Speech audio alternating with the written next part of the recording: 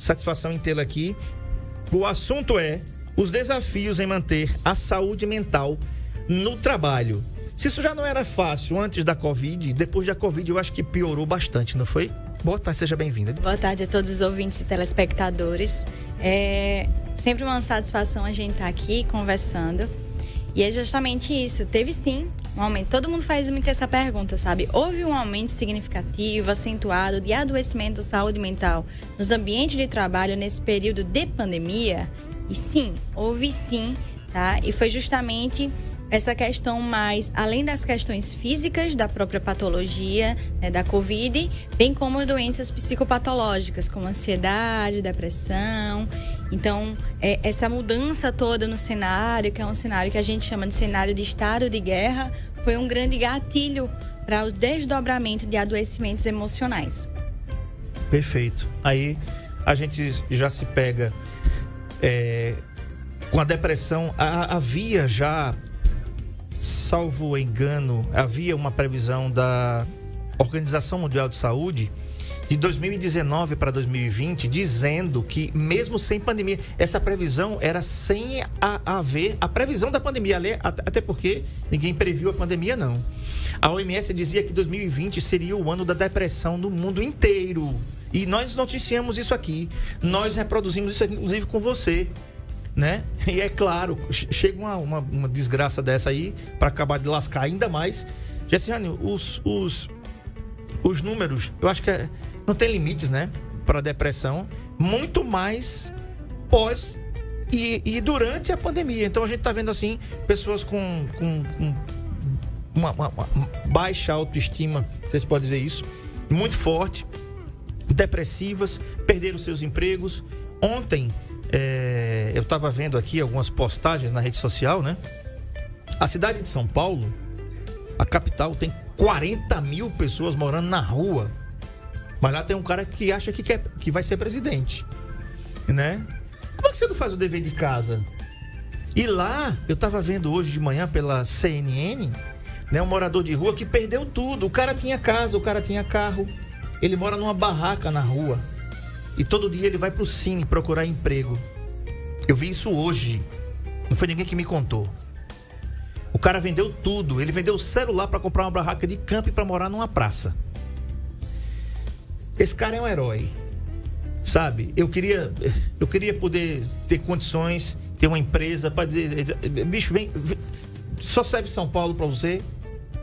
Vem morar num lugar decente, vem para Alagoas, né? Já que os governos daí não resolvem, vamos vir para cá, que eu tenho uma empresa, eu vou te empregar. Já que o governo não faz eu tô falando de governo, quando eu tô falando aqui de governo, viu? Vou logo dizer, eu não tô falando aqui do senhor João Dória, nem tô falando aqui do senhor Jair Messias Bolsonaro, não tô falando de nome não, tô falando de governo como entidade, tá? Como pessoa, como estado. É isso que eu tô falando. Tô dando nome aqui aos bois, não. Eu só acho que o cara que ser presidente, ele tem que fazer o dever de casa dele lá na cidade dele, no estado dele, né? E fala uma coisa, Jessiane, o que é que se passa na cabeça de uma pessoa dessa? O cara perdeu tudo, né? Então, ele não tem nem trabalho. Como é que ele vai manter a saúde mental com 2 crianças vivendo numa barraca de camping? Então, quando a gente diz assim, né, o que é que se passa, vai ser uma resposta assim que é muito subjetiva, né? Porque existem pessoas que elas perdem tudo em questão material, né? Perdem uma perspectiva de vida, perdem toda uma estrutura e ainda assim sobra para ela uma capacidade de resiliência e uma esperança das coisas modificarem.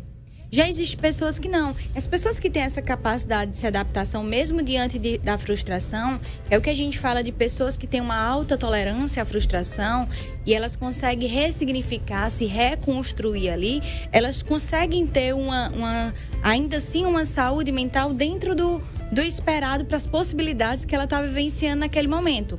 Não significa que aquela pessoa não se abala, não significa que aquela pessoa não está sofrendo, não tem nada disso. Mas significa que pelo repertório de enfrentamento, ela consegue fazer o que a gente chama do famoso do limão à limonada. Então ele não tinha ali nada, ele se desprendeu de tudo, ele vai lidar, lógico, com aquela frustração, mas olha, o que é que ele fez? Ele se desprendeu do celular e comprou uma barraca de camping, não é isso? Sim.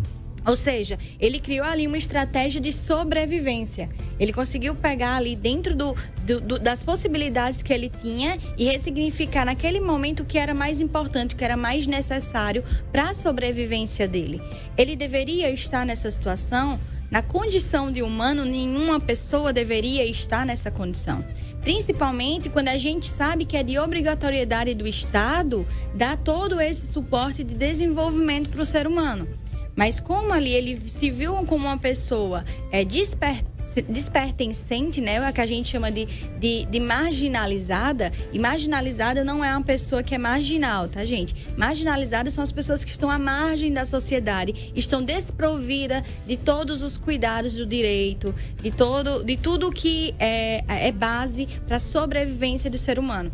Ele pensou nele, na estrutura dele e disse, olha, vou recriar aqui. Então ele foi criar uma estratégia de se reinventar.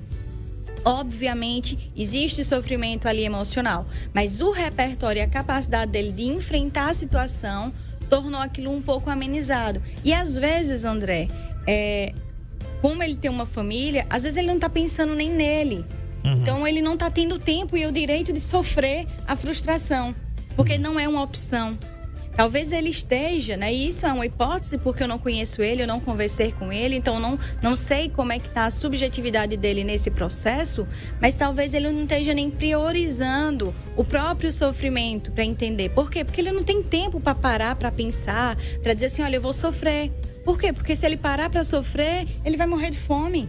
A família que depende dele vai morrer de fome. Então, ele talvez não tenha esse tempo para isso, para dizer assim, o que é saúde mental?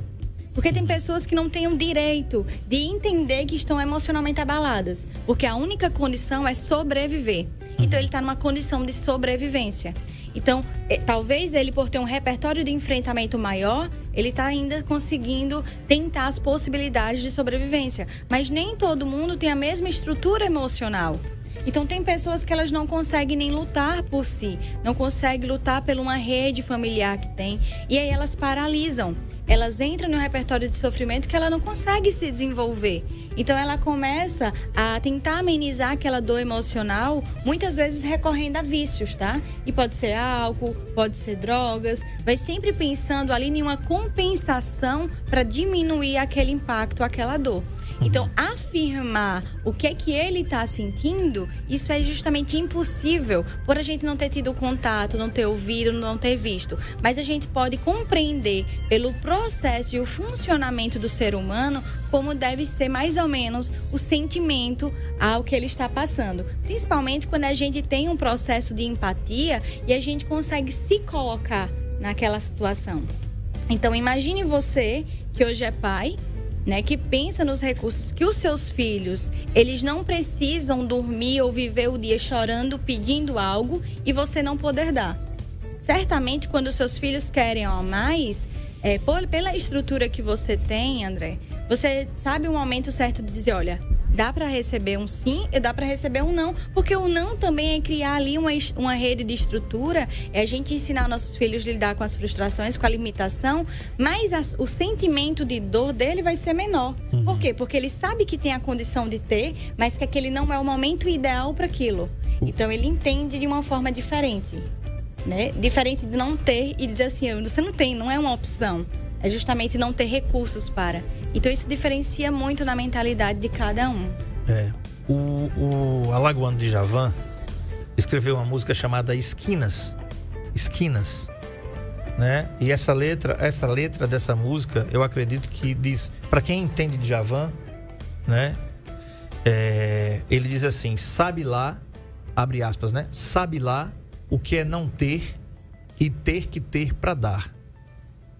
Entende? Eu vi aquele pai hoje. Engraçado. Ele é como a Penha. A Penha lá, que o doutor Luiz Marcelo está fazendo a campanha para os trigêmeos dela, né? Que ele disse assim, André, a Penha não pede nada. E nem ela chora. Eu não vi aquele homem chorar. Eu não vi aquele cara chorar hoje. Muito pelo contrário. Eu vi ele tomar um banho, vestir uma calça, uma camisa e ir lá no Cine procurar a vaga. E receber um não e voltar sorrindo e abraçar a esposa. E abraçar os filhos. Gente, eu não... Olha, é complicado. É complicado.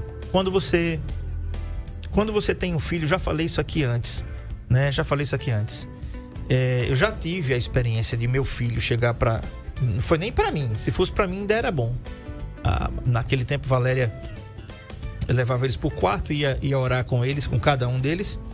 E meu filho fez nunca esqueci dessa oração que meu filho fez.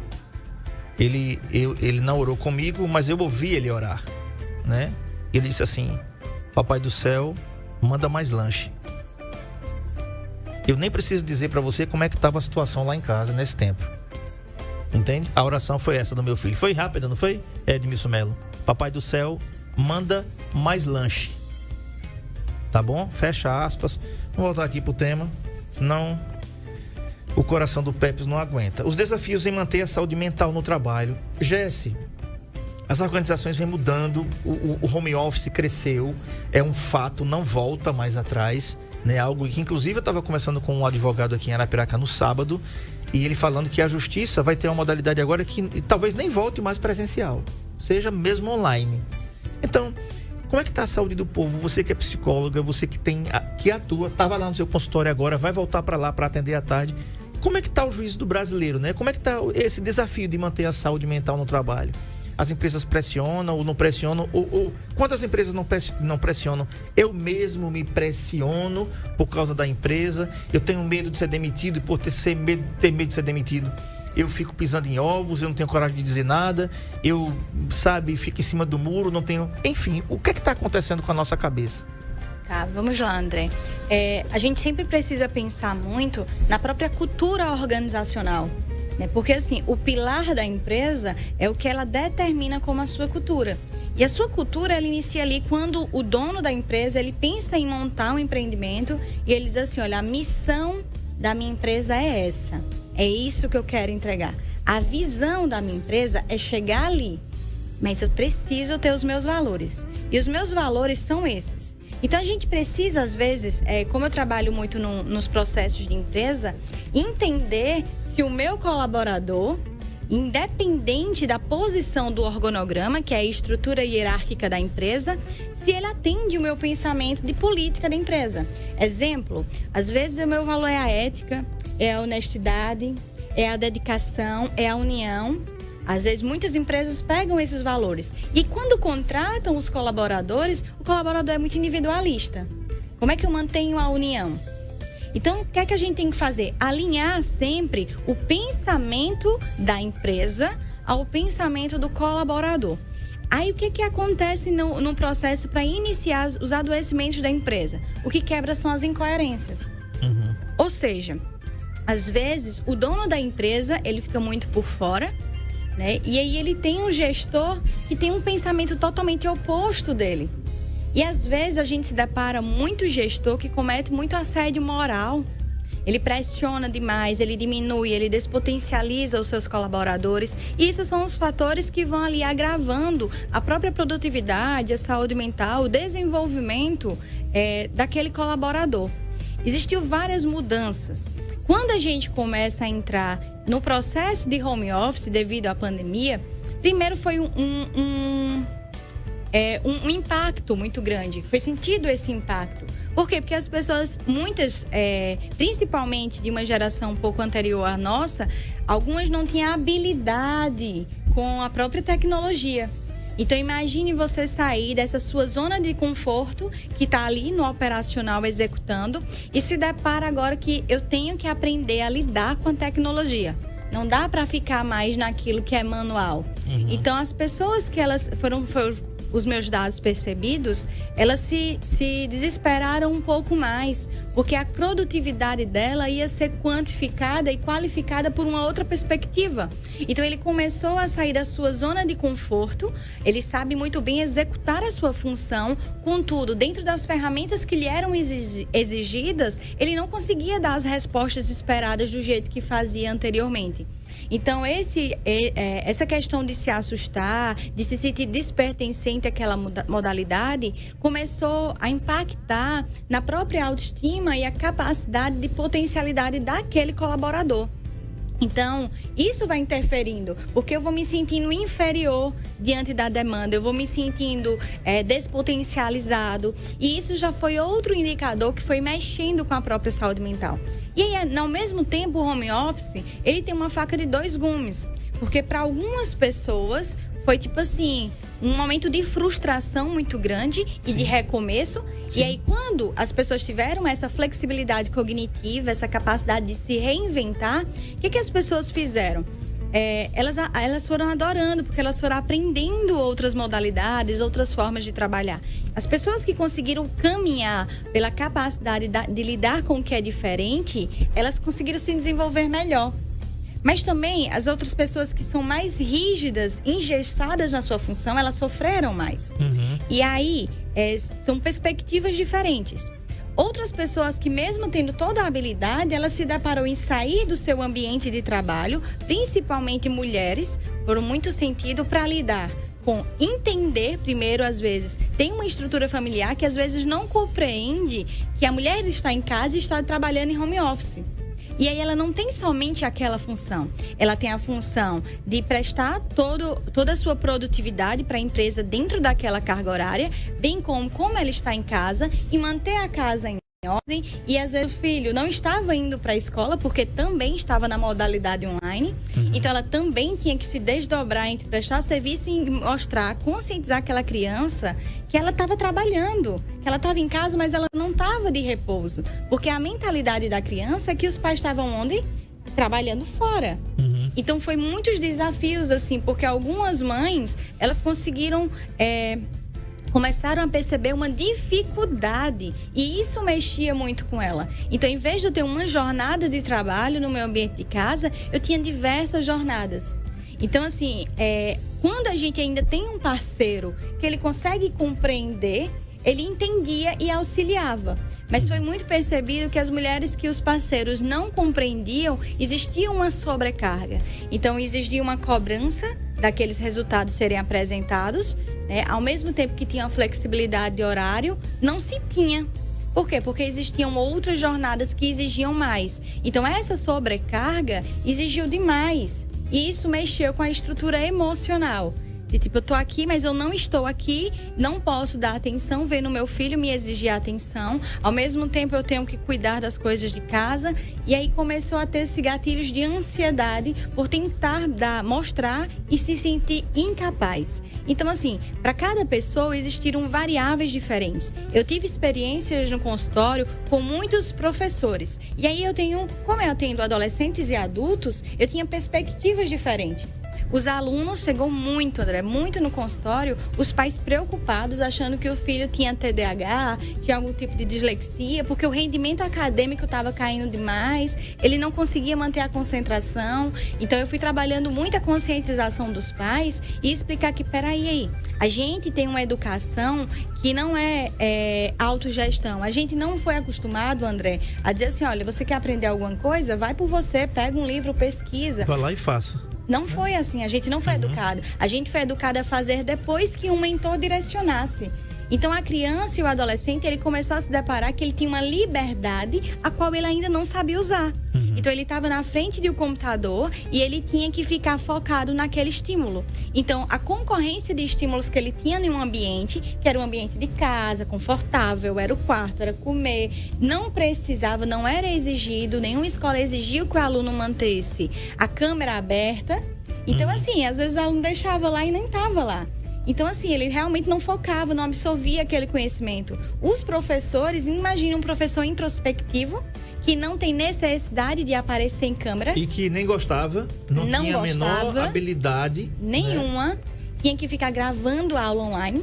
Tinha muitas escolas que eles tinham que gravar online para passar no YouTube. E então, muitos professores se sentiam invadidos e despertencentes, porque quando ele via a filmagem, ele se sentia bobo.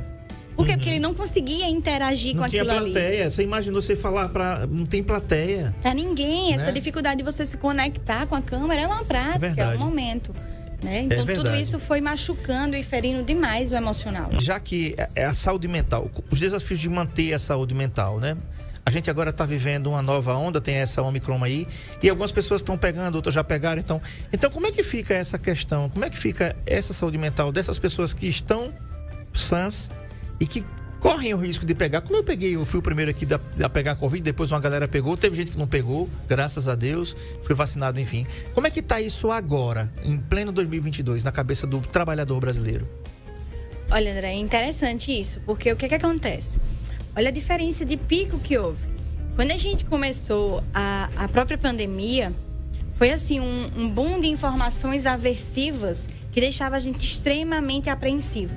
Então, assim, só em pensar em Covid, falar em Covid, ver os desdobramentos da patologia, já deixava todo mundo com um gatilho de ansiedade muito acentuado.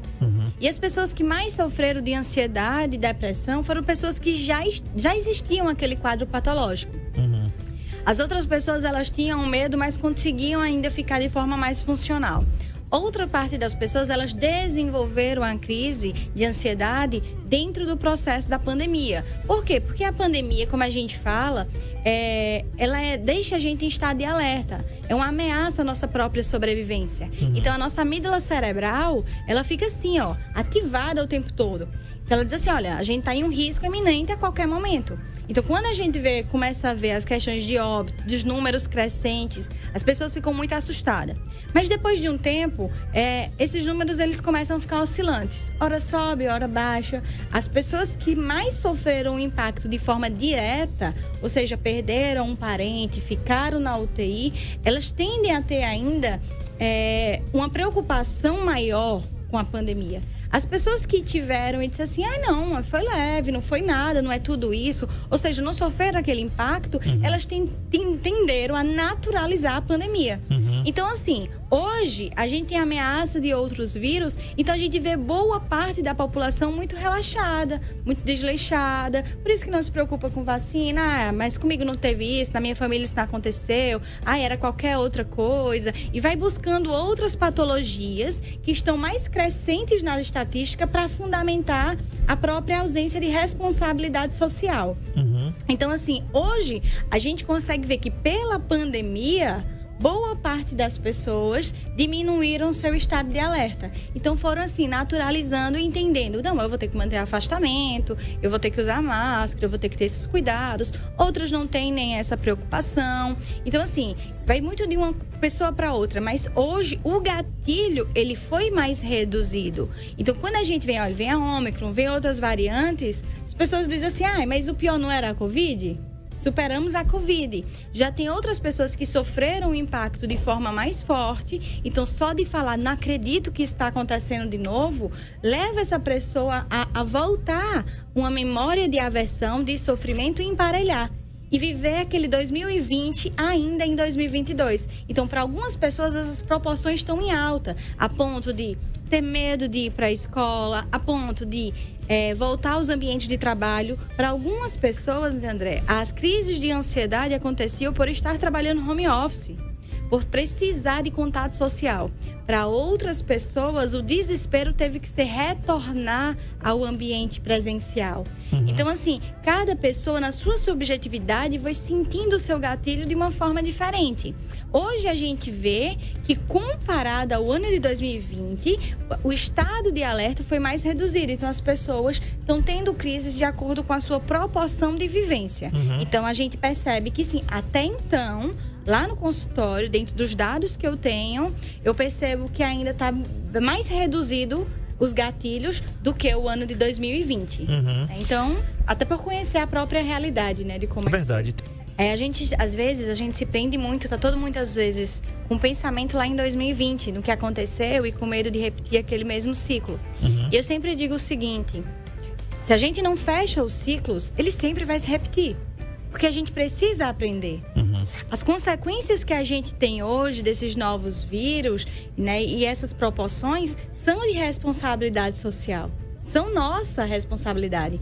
Como a gente diz sempre, a gente cobra muito do Estado, a gente cobra muito do outro, mas se cada pessoa na sua unidade cumprisse a sua responsabilidade, a gente não teria tido essa proporção que a gente teve. Então a gente precisa olhar para si. A gente vai viver sempre numa perspectiva, numa esperança de um futuro. Por isso que a gente planeja o amanhã. Mas a gente não pode engessar, porque a gente não tem a precisão de que o amanhã vai acontecer. Também a gente não pode viver sempre olhando o passado. Porque se a gente não viver o aqui, o agora, o hoje, a gente não constrói passados diferentes. Então, hoje, no meu presente, eu tenho que fazer o diferente, eu tenho que construir uma nova perspectiva.